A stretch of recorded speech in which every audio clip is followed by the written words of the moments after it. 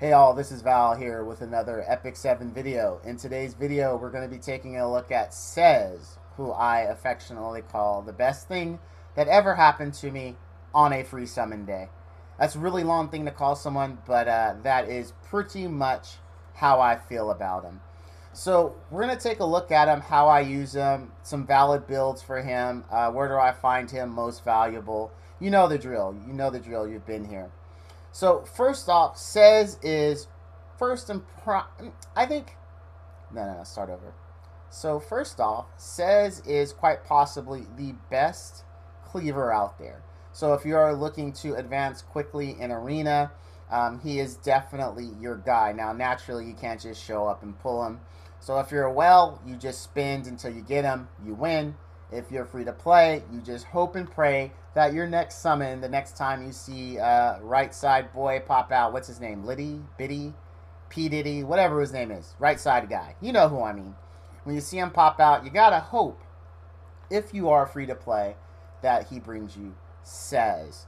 So why is Sez so good? Well, quite simply, because of his skill 3. Sez's skill 3, basically what happens is he grabs an enemy, throws him up in the air, beats the ever-loving crap out of him on the way up, beats the ever-loving crap out of him on the way down, and then if he kills them, he causes an explosion that damages all the other enemies, alright? And that explosion damage is based off of attack. Because of this reason, he really doesn't care about defense break. Really doesn't. Doesn't care about immunity, doesn't care if the Ren goes first. I mean, he doesn't.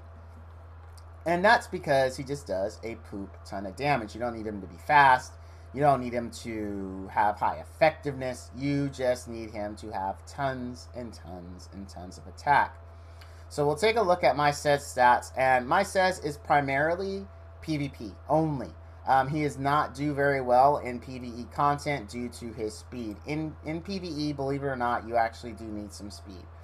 Now, here's his attack. I'm at 4.3k defense. Now, some people have said, hey, you thought about going 5, you thought about going higher, and I haven't. The reason why is I watch other streamers, and I know of a few that have like 4.8, one that has over 5k, and I really don't see the difference, a huge difference between the damage they do on explosion and the damage I do on explosion. I just don't see it. It seems like there is a cap somewhere that we can't see that prevents it at a certain point. In my mind, it looks like that's about 4K. I have a little bit over that just to make sure, because, you know, a little cushion never hurts anybody. Little cushion for the pushing. Old expression, if you get that.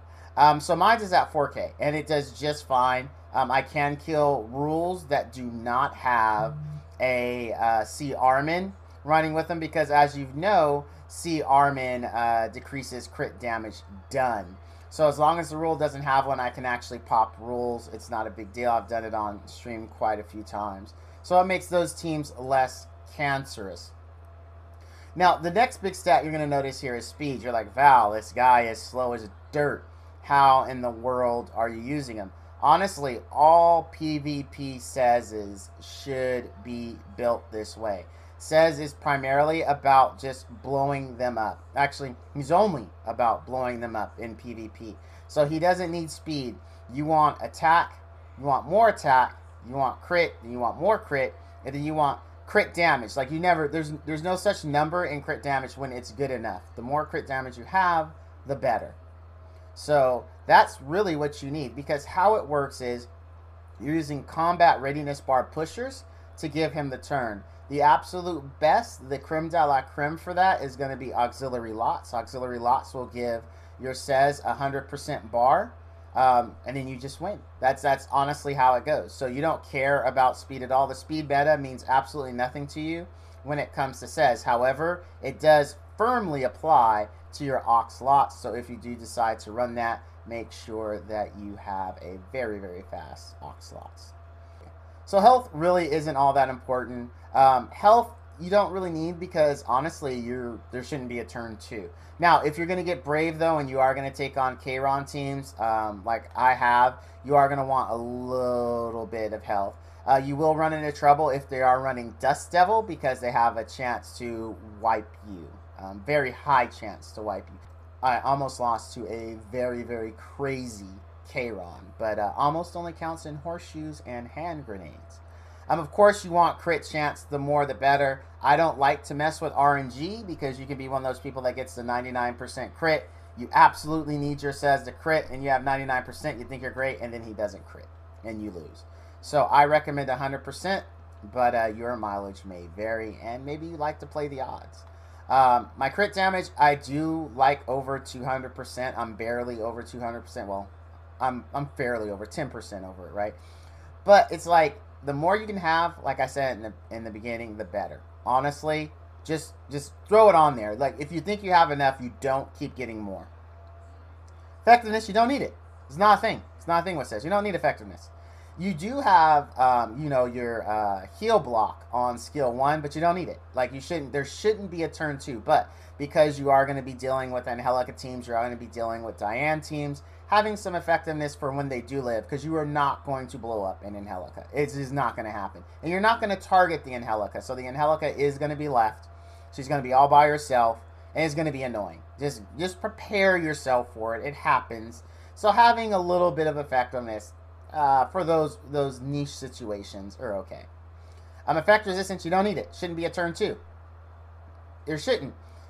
He's just got lucky because we all know it. You know, you've got attack, you got crit chance, you got speed, and then you got effect resistance on the item. You know it's going to roll effective resistance. I know it. You know it. So that is why he has such high effect resistance. Dual attack is obviously low because I am not running Unity. Don't really see the need for it. Now, how do you gear this bad boy? Attack. That's it. I mean, this is the end of story. Attack. There's nothing else. Just attack. The offset, if you need help, can be crit chance, but really your offset can be anything that gets you to your stat goals.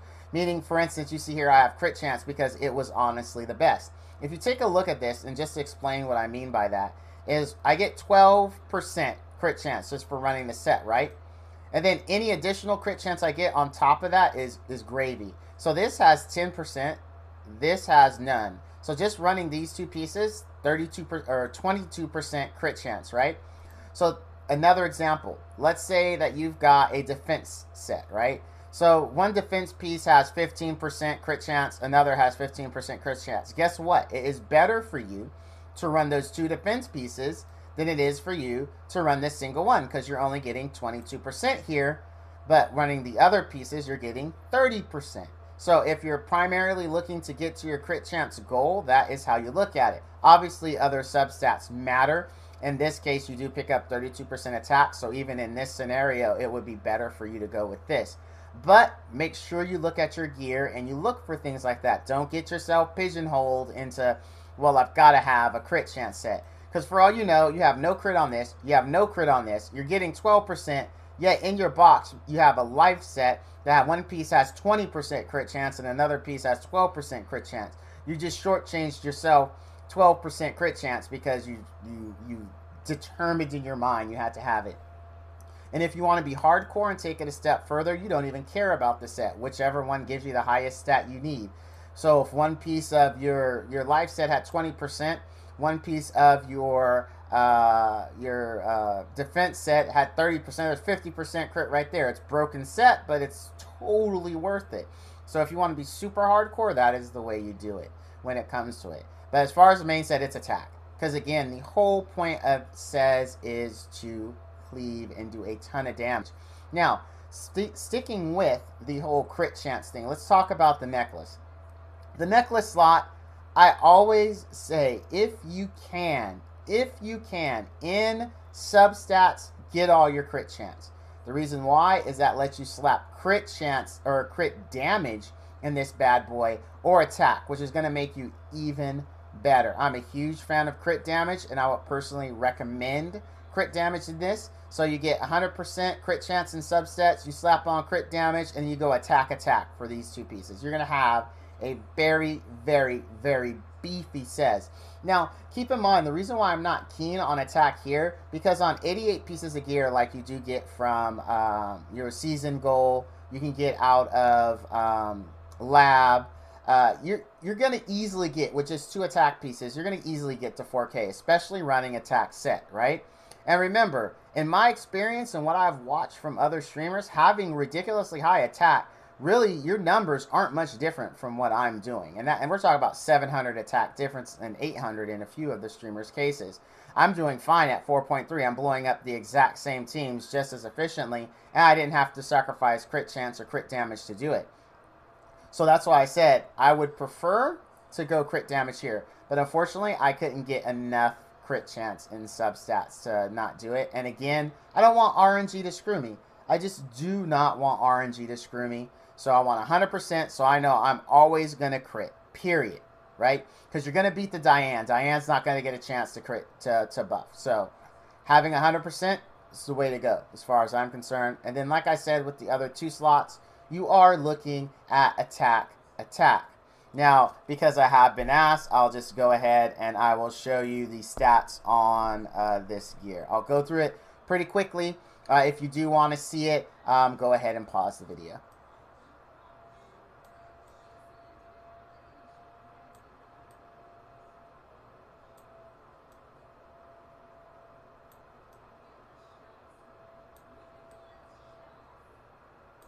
Alright, so we've talked about gear. Let's talk about artifact. Now, artifact, we got to understand how Sez cleaves to understand the artifact choice, right? So Sez, you hit skill 2, bam, grabs him, takes off. At that point, that initial hit, the way up, the way down, Sez is dealing normal damage calculations just like everything else in the game, right? Nothing special. Goes up, comes down, does damage. Now, where things change, okay, is when he destroys that unit, you know, so it goes up, comes down, boom, comes down, he blows them up. 2 things happen, okay? Damage from that explosion becomes 100% only based off your attack, okay? 100%. That's what determines how much explosion damage you're going to do. The second thing that happens, and I've tested this several times, both on stream and off, is the damage type changes from Sez's ice element to whatever element of the unit you just blown up. It's something super easy to test. You can grab, for instance, you can grab a Dizzy, and they're running like a Litica, and let's say a Charles and a Clury. You'll notice that when Dizzy blows up, the Charles and a Clury will take significantly less damage than a Litica will. And people will say, well, it's defense. No, it's not defense, because it's universal. Like, you grab the Litica and you go up, and you'll notice that the Clury and the Charles are going to take significantly more damage, but the Dizzy is not, because the element changes to whatever unit that you just blew up. Alright, so that's what happens, right? So his element does change. So when you're taking on, let's say, a Ren, ML Ball, Dizzy, Arminthia, ML Arminthia combo, it's actually best for you to blow up the Arminthia because, or excuse me, the Ren, because the Ren's going to do increased damage to both the ML Aura and the ML Ball, and it's going to do just average damage to the Dizzy. However, if you grab the Dizzy, it's just going to do flat damage all the way around. No one has a benefit that way because it's water versus 2 light and a dark. So target selection is very important. Now, because of this, because how damage calculations happens after you blow up a unit, which says Wind Rider is hands down the best artifact for him. Because what Wind Rider does when you kill someone, so consider the order that events happen. You go up, you come down, you blow them up, they're dead. At that point, since they're dead, this artifact kicks in and says, bam, now you're going to get 48% increased attack. So now your attack goes up 48%. Now, once that's done, the game says, okay, now since you've blown them up, you're going to do damage to everyone around you based off your attack. So, and that figures in the bonus from Wind Rider. There is no other artifact option for him if you're running a Sez cleave. There isn't. If you're like, but Val, I have lots, I have Sez, I'm sorry, you don't have Wind Rider, you still cannot run the cleave. Because your damage isn't going to be great enough to kill things around you, even when you consider the elemental advantage. Even if you are playing it smart, even if you are in that situation and you grab the Ren to do extra damage to the ML Ball and the ML Arminthia, it's still not going to do it. So if you don't have Wind Rider, really, you can't run it. I mean, you can, it's not going to be as effective. I would highly recommend, if you do have Ox slots and you do have Sez, that once this appears in the shop, you sell what you have to sell to pick it up, because it will not let you down. It is a far superior cleave than what is currently available. Now, for memory imprint, you're looking at additional attack.